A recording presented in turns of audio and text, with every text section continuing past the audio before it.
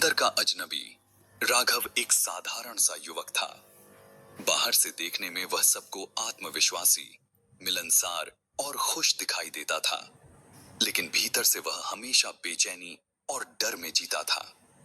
जब भी आईने के सामने खड़ा होता, उसे लगता कोई और चेहरा उसके भीतर झांक रहा है, एक अजनबी जो उसी का दूसरा रूप है। शुरुआत में उसने सोचा यह उसका भ्रम है, लेकिन धीरे धीरे यह अजनबी हर जगह उसे दिखाई देने लगा। दफ्तर में प्रेजेंटेशन देते समय उसे लगता कोई उसकी हंसी उड़ा रहा है। दोस्तों के बीच बैठते समय लगता कोई कह रहा है, तुम्हारी कोई अहमियत नहीं। रात को बिस्तर पर लेटते ही वह आवाज सुनाई देती, तुम असफल हो, तुम कभी कुछ नहीं कर पाओगे। राघव समझ नहीं पा रहा था कि यह अजनबी कौन है।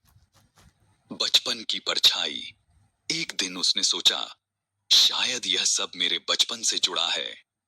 वह अपने पुराने घर गया, जहां उसने अपना बचपन बिताया था। वहां दीवारों पर लिखी टूटी फूटी लाइनों और पुराने खिलौनों को देखकर उसके भीतर दबा हुआ दर्द बाहर आने लगा। उसे याद आया, बचपन में जब भी वह गलती करता, पिता डांटते और स्कूल में अध्यापक कहते, तुम निकम्मे हो।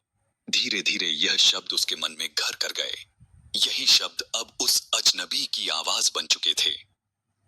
टकराव। अब राघव ने निश्चय किया कि वह इस अजनबी से सामना करेगा। एक रात उसने आईने के सामने खड़े होकर पूछा, कौन हो तुम? क्यों मेरा पीछा करते हो?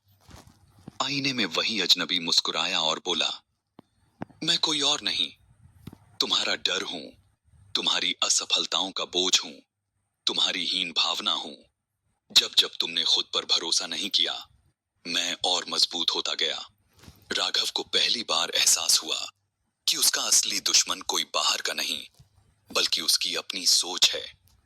बदलाव की शुरुआत। उसने ठान लिया कि अब वह इस दुश्मन को मिटाने के बजाय बदल देगा। उसने छोटी छोटी सफलताओं पर ध्यान देना शुरू किया।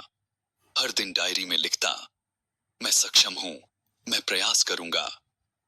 गलतियों को वह अपनी कमजोरी मानने के बजाय सीखने का मौका समझने लगा। धीरे धीरे वह अजनबी फीका पड़ने लगा।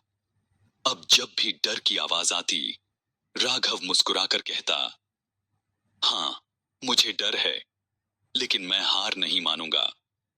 निष्कर्ष। कुछ महीनों बाद राघव पूरी तरह बदल चुका था। वह समझ गया था कि इंसान का सबसे बड़ा दुश्मन उसका अपना डर और नकारात्मक सोच है। जब तक हम उसे पहचानते नहीं, वह हमें नियंत्रित करता है, और जब हम उसका सामना कर लेते हैं, वही दुश्मन हमारी ताकत बन जाता है।